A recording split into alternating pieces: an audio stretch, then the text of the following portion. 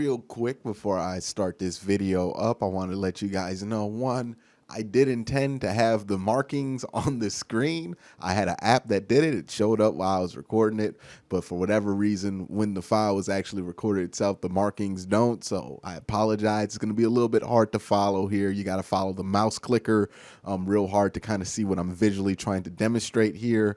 But again, guys, I want to thank you guys for checking this video out. This is a little bit different than what I normally do on this channel. This is a film breakdown, and if YouTube doesn't give me too many problems about having this kind of content, I would like to see if I can add this to my repertoire. And again, if you're new here, please don't be afraid to hit the like button, hit the subscribe button, ding that notification bell so you can be notified. And if you're a longtime fan here or just a new time fan here, please consider supporting my Twitch, following me there, links in the description, supporting me via donation on PayPal, links in the description. Also, by supporting the Patreon, link is all in the description, so please check those things out. Now, without further ado, let's get into the film breakdown.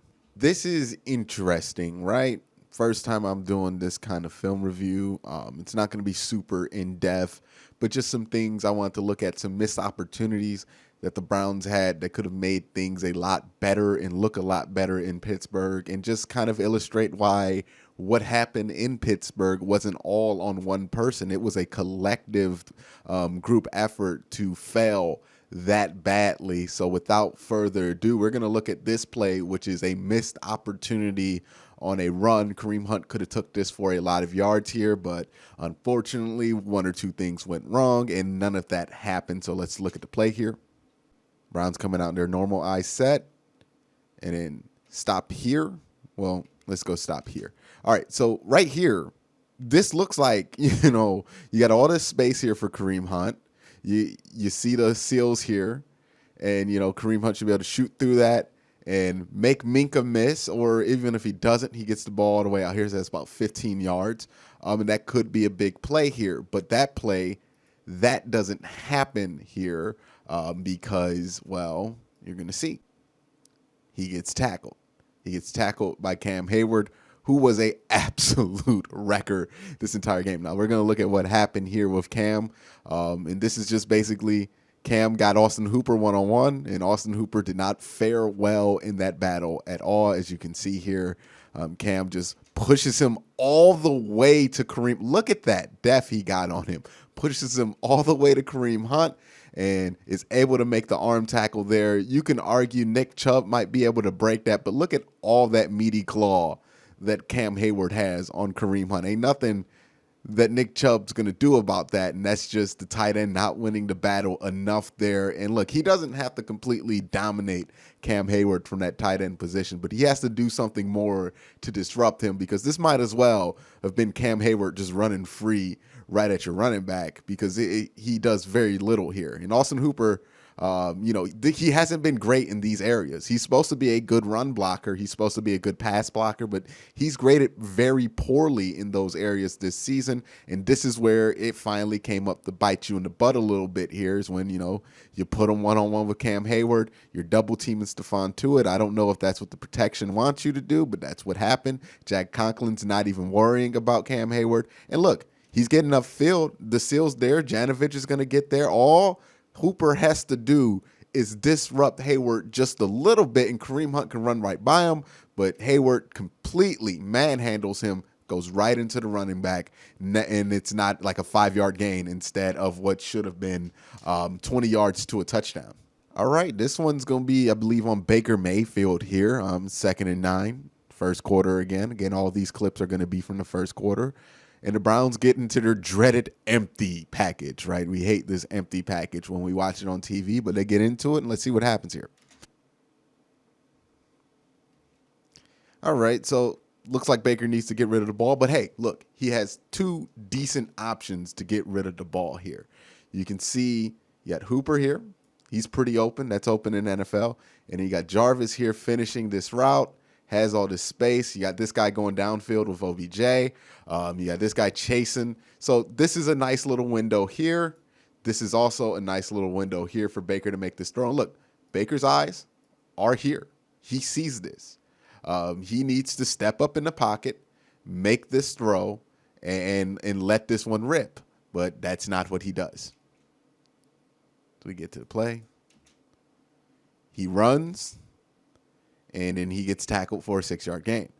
Now, look, if Baker didn't want to let it rip there because maybe his ribs were hurting and he didn't know if he can make that outside hash throw to the sidelines there, because those windows are obviously there. That's what he's supposed to be looking at. Then that's one thing, but then he escapes the pocket and just runs. So it makes me think he's not worried about the ribs at that point, and he just flat out missed this one when, he shouldn't, or maybe he was waiting on Odell here to cross, and he didn't see that, so he panicked and ran downfield when he should have just looked over here. You got a window. And as the season goes on, like if this goes on past week 8, this is the stuff that's going to start to be unacceptable for Baker. Right now, it's a learning process. He was injured. There's plenty of excuses. But if this stuff kind of carries on to the end of the season, it's going to be stuff that does hold the Browns back. And see, the thing is, the protection on that play, not terrible here. I mean, that's fine. That's as good as you're going to get with the Pittsburgh Steelers. Maybe if you do the pump fake here, you see 94 go that way, shuffle over, resettle in the middle of the pocket, line something downfield. But no, he immediately tucks and runs, and that's just not good there, man. The pocket's fine. He could have made a play from the pocket there. That's not an excuse. The pocket didn't really collapse on him all that bad. All right, this is the big bad from Baker Mayfield. We looked at the little bad. This is the big bad, and this is kind of just unacceptable here. This is 3rd and 3 in the first quarter. We all know what's about to happen here. We all know the pain that's about to seep through our veins here on this play, which is Baker Mayfield's about to throw a inexcusable pick 6 here to Minkah Fitzpatrick. So let me explain to you guys what's going on here. All right. Here's what Baker thinks he's seeing. He thinks this is 2-man. So 2-man, you have the 2 deep safeties. It's this guy, and then man. And if it is 2-man, normally middle of the field is wide open. But that's not what this is. And Baker should have known better to think that they would give him 2-man on 3rd and 3 to not throw this quick slant here, because that would be a gift that Mike Tomlin is not usually given to folks, especially younger quarterbacks here. So what actually happens here is that Minkah, I'm going to highlight him. This is Minkah. He's going to slide down here and be what's called the robber. This is just playing underneath when the linebacker kind of jumps up from his position and plays that. That's called thief. It's both very similar concepts here. And then he's just going to slide over here, and this is going to basically be a cover 1 look. And this is specifically to attack an inside slant here to make sure that you can either jump it or stop it short of the line of scrimmage. Baker did not see that one coming. That's pretty inexplicable, especially when you see where his eyes were. But we're going to continue here. Yep, and look at the point of release. And look at the point of release, and this is what's concerning. It's not that he's not looking in these areas, but he sees it. He should see this guy. He should see this guy. He should see this guy. He should see that out kind of opening with Odell here to kind of get a seam. So you might be able to let that guy get the ball, run upfield a little bit, get that first down there. Does not see that. Does not see all the action moving there. Just looks at Minkah like, come on, right in his eyesight. No way. He shouldn't have not saw that. And instead tries to fit this ball into a window that does not exist, and that's going to turn into a pick 6 every time in the NFL. And these are things that, again, you don't have that much patience for Baker Mayfield doing this kind of stuff, because this is beyond a rookie mistake. This is just bad football right here. And you can see it right here when Minkah catches it and is unforgiving in his return, which he should be, because that's a terrible mistake. He can't believe it. That's why he's going to run into the locker room. He can't believe Baker just threw him that. And you'll see here, so we can really see where his helmet stripe is, where his eyes were. Yep, just right at Minkah. Just threw it right at him. That's bad. That's bad. Now, we went through some of the struggles of Baker Mayfield, where he wasn't doing things well, where he was doing some things well. Now we're going to talk a little bit about Jedrick Wills, who I'm telling you right now is having nightmares of Cameron Heyward, because he did not handle that assignment whenever he got it well at all. Not a great day for Jedrick, both in pass and run block situations here. We're going to see a prime example here. Just watch 97-71 here in the middle bottom of your screen on this run play. And you see Jedrick trying to hold him off. Again, Same thing we saw with the other play. Cam Heyward's working his way into that backfield, absolutely disrupting this run play. And again, it's a damn shame because this run play, it's open. It's open. Kareem Hunt goes through here. That's a block. Now you got to make Minka miss. You might be able to make a miss. You're gone after that. There's no more help. 34, he's not going to do anything. David Njoku's probably going to put a hand on him. Maybe 22 shoots across there, but that's going to be a long shot because he's all the way on the other side of the field, not working up there. And again, that gap wide open there. It's just up to Jedrick Wills to hold Cam Heyward down just a little bit, and you might be able to make that play, and that's going to be a play that would have made a difference, would have gotten you into Pittsburgh territory, if not a touchdown. But then look at Cam Heyward here. Just absolutely demolishes that play. Takes it out of commission. It looks worse even here from the end zone camera.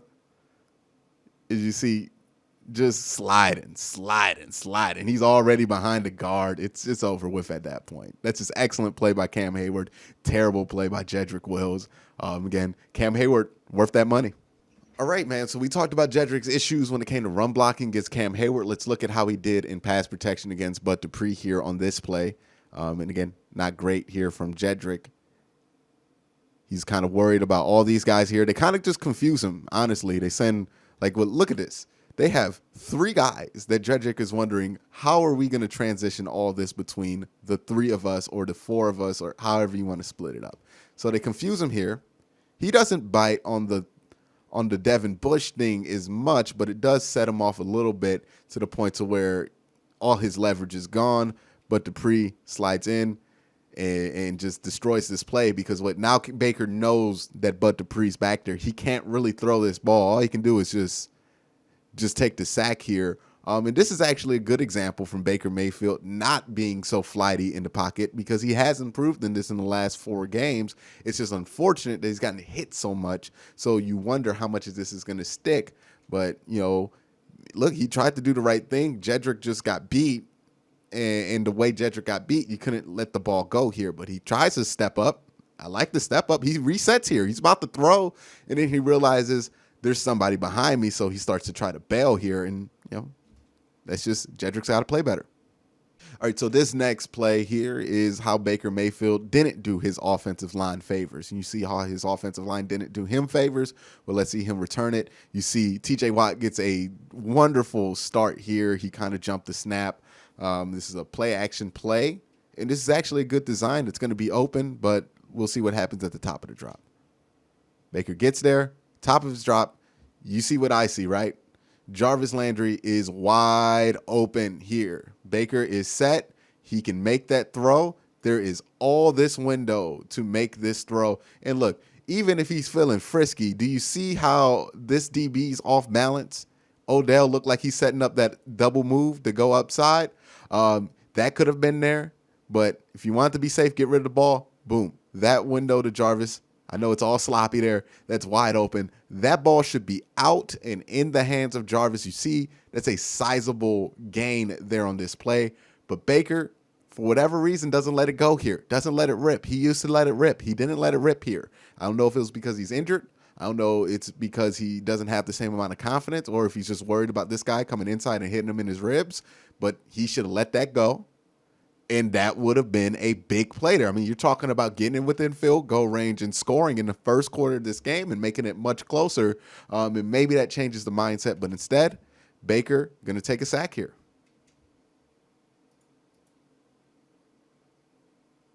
And get hit even worse than if he would have just threw it. Again, not doing himself any favor, not doing his lineman any favor because that play's there. You can even see it in the end zone cam. Top is drop. You see what I see, right? You see what I see. This guy looking here, body moving that way, Jarvis moving this way. This guy really shallow, worried about this guy. This window is wide open. Wide open. Baker, you got to let it go. You got to let it go. Look at all this space he has, too, to make that throw. There is more than enough space to step up and make that throw. We counting, what, 1, 2, 3? 3-yard line tickers? Like, that's enough space to make that throw, Baker. Your offensive line did the job they were supposed to do. You got to get rid of it. and let it rip to Jarvis because he's wide open, and there's no excuse because, again, you see this. You see that. You see this.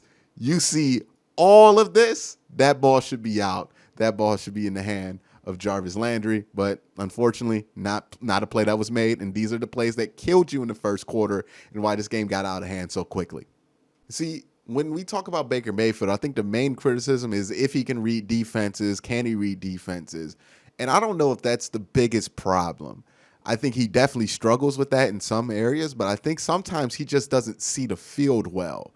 And that's more or less what I'm concerned about. How many plays have I showed you where his vision cone should be, where his head is, and how he's just not seeing it properly. And that's something that's going to become a major issue in the later weeks of this season if he cannot correct it.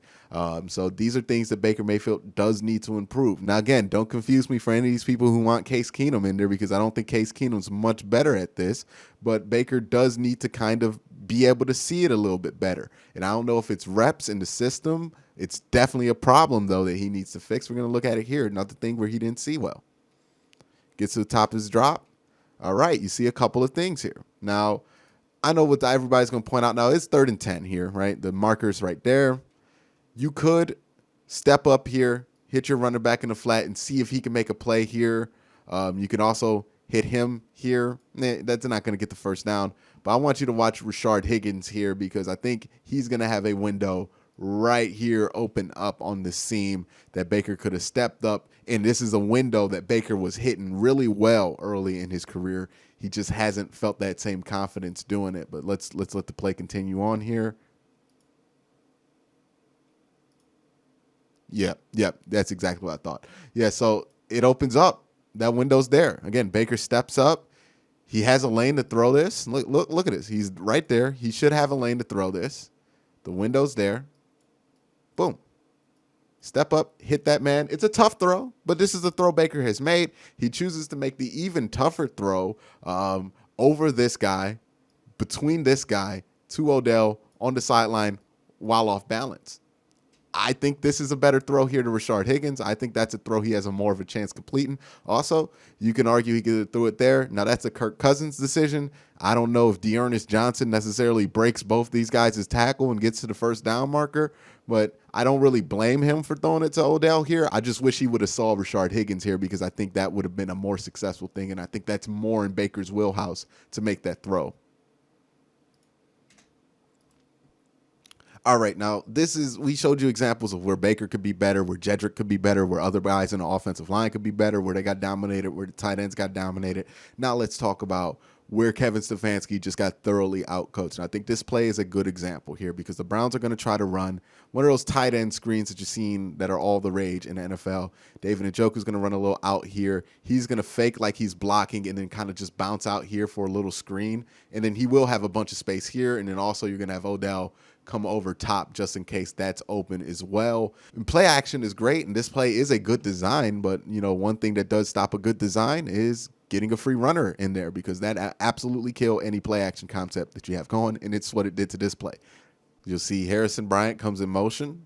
Everything goes as planned, right? Harrison Bryant going to go in motion. He's going to have that little fake stunt inside, and he's going to turn around, turn his hips here once he loses Devin Bush.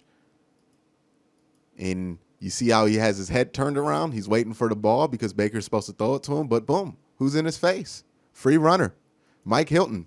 Mike Hilton can tackle. Mike Hilton's a really good blitzer off the edge. And that just kills this play, because not only is Harrison Bryant here open, because he's going to slide over here and have this window here, but Baker can't see him. This guy's in his face, so you can't see anything. Only thing he can see is down this way, which is David Njoku, who's thoroughly covered at this point. And then to add the icing on the salt here in this play, you see Odell, he's going to come across wide open. And man, if they could have just figured a way to pick up Mike Hilton on this play, that would have been a huge play for the Browns. But Mike Tomlin counteracted it and really just did a great job out coaching Kevin Stefanski on this side of the ball, especially because look, it's all there. It's all there. By the time Baker's at the point of releasing that ball, look how open Odell is. Open. You see Harrison Bryant about to move over here for that screen. If Baker doesn't have that pressure in his face, I promise you he throws it. But at this point, He can't see in front of him. That's canceled. He can only see to the side of him, and he can't see here, and he can't just throw blindly downhill into the line. So he just has to throw it to David Njoku and see what happens here. But you see window, open space here. You can even imagine that, Odell's going to block here, and then maybe he could beat him. He can get to the end zone. But again, just a absolute miss there because Mike Tomlin's a really good football coach. And again, the biggest game wrecker of the day for the Cleveland Browns wasn't really anybody on their team. So this is why you have to get the Pittsburgh Steelers credit. It was this man, number 97. This man played much better than DeForest Buckner did a week ago. And DeForest Buckner played pretty well against the Browns. But you're just going to see him absolutely do something I have not seen very often, and is eat Joe Bitonio alive here on this play. This is concerning, right? Because you look what Cam Heyward's able to do. Look at this. Look at this. Joe can't get no help because they're acting like they're going to send Devin Bush there. So, Janovich can't really chip before he can get over there. And Heyward's just going to carry him into Baker Mayfield. Look at that. That's domination. That's what happened to the Cleveland Browns. If you need an image of what happens to the Cleveland Browns on Sunday and why the Browns need to avoid this happening to ever again, is this image. This is your best offensive lineman just getting absolutely massacred by Cameron Heyward. Screenshot that. Make that your background before you play Pittsburgh again, because that's embarrassing. Look at that. Look, that's Joe Bitonio. Come on, man. And of course he's gonna get there. Baker actually does a good job breaking away and throwing this ball away because he had absolutely nothing there. That was just a pick waiting to happen if he actually tried to attempt that pass. But again, that's just what happened on Sunday. Domination on the line of scrimmage. Kevin Stefanski getting out coached and Baker Mayfield not seeing the field clearly. Those things need to clean themselves up. And hopefully by the end of the season, these things aren't as big as an issue as they are right now. But that's my thoughts on this. Let me know what your thoughts are in the comment section below. But again, guys, thank you for watching. Have a great day and have a good night.